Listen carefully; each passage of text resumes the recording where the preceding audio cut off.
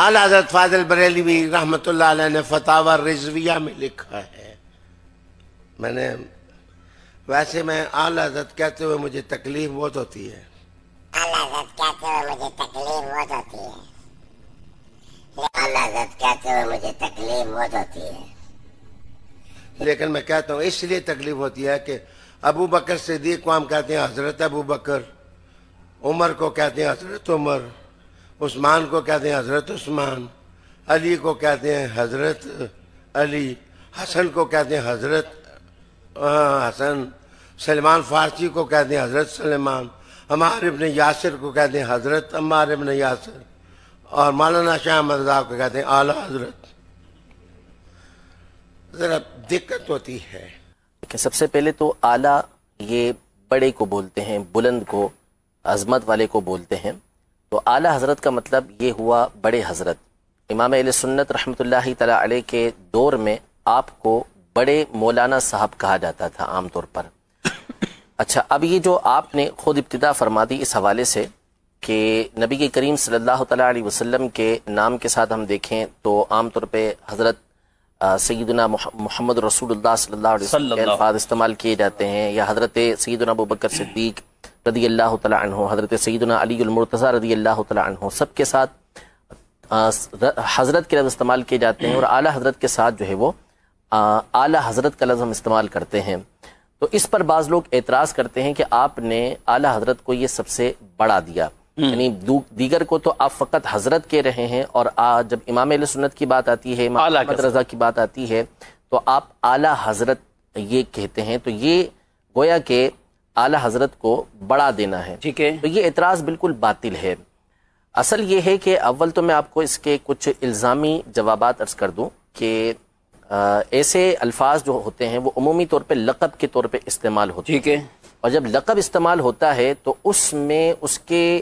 یہ نہیں ہوتا کہ استغراقی، یعنی اس کے تمام افراد یہاں پر مراد ہوں، بلکہ ایک مخصوص طبقہ وہاں پر مراد ہوتا ہے۔ اس کی مثال لیجئے، مثال کے طور پر حضرت سیدنا حسن مجتبی رضی اللہ تعالیٰ عنہ، جو نبی کریم صلی اللہ تعالیٰ علیہ وسلم کے نواسے ہیں اور جنتی نوجوانوں کے سردار ہیں، لیکن جب ہم ان کا نام لیتے ہیں تو ہم کہتے ہیں سیدنا امام حسن مجتبی۔ ٹھیک ہے، امام حسین رضی اللہ تعالیٰ عنہ صحیح، شہید کربلا، جنتی نوجوانوں کے سردار ہیں، لیکن کیا کہا جاتا ہے؟ امام حسین۔ ٹھیک ہے، امام محمد باقر رضی اللہ تعالیٰ عنہ اہل بیت اطہار میں سے ہیں، امام اعظم کے اساتذہ میں سے ہیں۔ امام جعفر صادق اہل بیت اطہار میں سے ہیں، امام اعظم کے اساتذہ میں سے ہیں۔ امام حسن بصری، امام ابن سیرین، امام مالک، امام شافعی، امام احمد بن حنبل۔ آپ تابعین کے نام کے ساتھ چلتے چلے جائیں کہ اکابر تابعین جو ہیں یا تبع تابعین جو ہیں یا ان کے بعد کے افراد ہیں، تو ان کے ساتھ ہم بولتے ہیں امام۔ لیکن جب بات آتی ہے نعمان بن ثابت رحمۃ اللہ تعالی علیہ، ابو حنیفہ رحمۃ اللہ تعالی علیہ، تو ان کے نام کے ساتھ ہم بولتے ہیں امام اعظم۔ اعظم اور اعلیٰ کا معنی ایک ہی ہے، یعنی بڑے امام۔ تو اب کوئی یہ اعتراض کرے کہ یار آپ نے تو امام اعظم کو امام حسن مجتبی سے بڑھا دیا، امام حسین سے بڑھا دیا، حالانکہ ایسا کوئی بھی نہیں کہتا۔ ٹھیک ہے، یہ ایک مثال ہو گئی علمی اعتبار سے۔ اب مثال کے طور پر ایک اور مثال دنیاوی اعتبار سے، ہمارے جو قائد ہیں، ہمارے رہنما، سب سے بڑے رہنما کون ہیں؟ نبی کریم صلی اللہ تعالیٰ علیہ وسلم کی ذات گرامی۔ ہمارے قائد ہم یہ کہیں گے کہ ابو بکر صدیق رضی اللہ تعالیٰ عنہ ہیں، ہمارے قائد خلفائے راشدین ہیں، ہمارے قائد اہل بیت اطہار ہیں۔ ہم قائد کہتے ہیں کہ قائد اہل سنت فلاں قائد، فلاں قائد، فلاں قائد، لیکن جب محمد علی جناح صاحب کا نام آتا ہے تو ہم کیا کہتے ہیں؟ قائد اعظم۔ تو کیا قائد اعظم کہہ کے ہم نے ان کو نبی کریم صلی اللہ علیہ وسلم سے بڑا قائد بنا دیا؟ ہرگز ایسا نہیں۔ تو اصل یہ ہے کہ یہ جو لقب ہوتے ہیں، اس طرح کے جو الفاظ ہوتے ہیں، ان کو بولتے ہیں کہ یہ امور نسبیہ میں سے ہیں۔ امور نسبیہ کا مطلب یہ ہوتا ہے، جیسے مثال کے طور پر میں یہ کہوں کہ سب سے بڑے عالم جو ہے سجاد بھائی، مفتی سجاد صاحب ہیں، ٹھیک ہے؟ تو اب کوئی یہ کہے گا کہ کیا مفتی سجاد صاحب، جن کو میں نے سب سے بڑا عالم کہا، تو یہ کیا مفتی قاسم صاحب سے بھی بڑے عالم ہیں؟ ظاہر سی بات ہے کہ ہم میں سے کوئی بھی نہیں کہے گا کہ مفتی قاسم صاحب سے بڑے عالم ہیں، بلکہ اس کا مطلب کیا ہوا کہ ہم جو یہاں پر افراد موجود ہیں، ہم میں سب سے بڑھ کر علم کے اندر یہ ہیں۔ تو اس کا مطلب یہ ہے کہ اس طرح کے القابات جب استعمال ہوتے ہیں تو مخصوص طبقہ، مخصوص دائرہ یہ مراد ہوتا ہے۔ تو اعلیٰ حضرت امام اہل سنت رحمۃ اللہ تعالی علیہ کے لیے جب یہ لفظ استعمال کیا جاتا ہے تو اس کا مطلب یہ ہوتا ہے کہ آپ اپنے زمانے کے افراد اور اپنے مابعد کے افراد کے اوپر فوقیت رکھتے ہیں، اپنے بعد والے افراد کے اوپر آپ فائق ہیں، بلند ہیں ان سے، علم کے اندر، تقوی کے اندر، عشق کے اندر، ان تمام چیزوں میں اللہ نے آپ کو بلندی عطا فرمائی تھی، اس لیے علماء نے آپ کو اعلی حضرت کا یہ لقب دیا۔ نعوذ باللہ اس کا مطلب یہ نہیں ہوتا کہ پچھلے جو بڑے بڑے اکابر گزرے ہیں ان کے اوپر اعلی حضرت رحمۃ اللہ تعالی علیہ کو کوئی فوقیت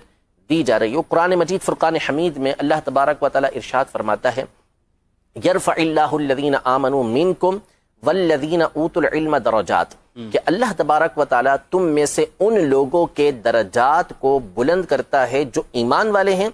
بالخصوص ان کے درجات کو بلند کرتا ہے کہ جو علم والے ہیں۔ تو امام اہل سنت علم کے اندر اپنے زمانے کے اندر سب سے فائق تھے، اس اعتبار سے بھی آپ کے درجات کے دوسروں سے بلند۔ قرآن پاک میں ایک اور مقام پہ اللہ تبارک و تعالی ارشاد فرماتا ہے وَأَنْتُمُ الْأَعْلَوْنَ إِن كُنْتُم مُؤْمِنِينَ، اگر تم ایمان والے ہو، مومن ہو تو تم ہی اعلیٰ ہو۔ تو اعلی حضرت رحمۃ اللہ تعالی علیہ کامل ایمان والے تھے کہ آپ جب پیدا ہوئے اس کی جو تاریخ بنتی ہے وہ بنتی ہی یہی ہے کہ اللہ تبارک و تعالی نے ان کے دلوں کے اندر ایمان کو مضبوط کر ڈالا ہے۔ تو امام اہل سنت کامل مومن تھے، اس اعتبار سے بھی آپ کو اعلیٰ کہا جاتا ہے۔ تو نعوذ باللہ اس کا مطلب یہ نہیں کہ آپ پچھلوں سے بھی یعنی جو اکابر تابعین ہیں، جو صحابہ کرام علیہم رضوان ہیں، ان سے بھی اعلیٰ ہوں، ایسا نہیں، بلکہ اپنے ایک دائرے کار کے اندر اپنے بعد والوں کے اوپر آپ کو یہ الفاظ، یہ لفظ جب بولے جاتا ہے تو ان میں بلندی مراد ہوتی ہے، اور لقب جب دیے جاتے ہیں نا تو لقب سے ایک مخصوص شخصیت مراد ہوتی ہے، اس میں استغراق تمام کے تمام کو گھیر لینا یہ مراد نہیں ہوا۔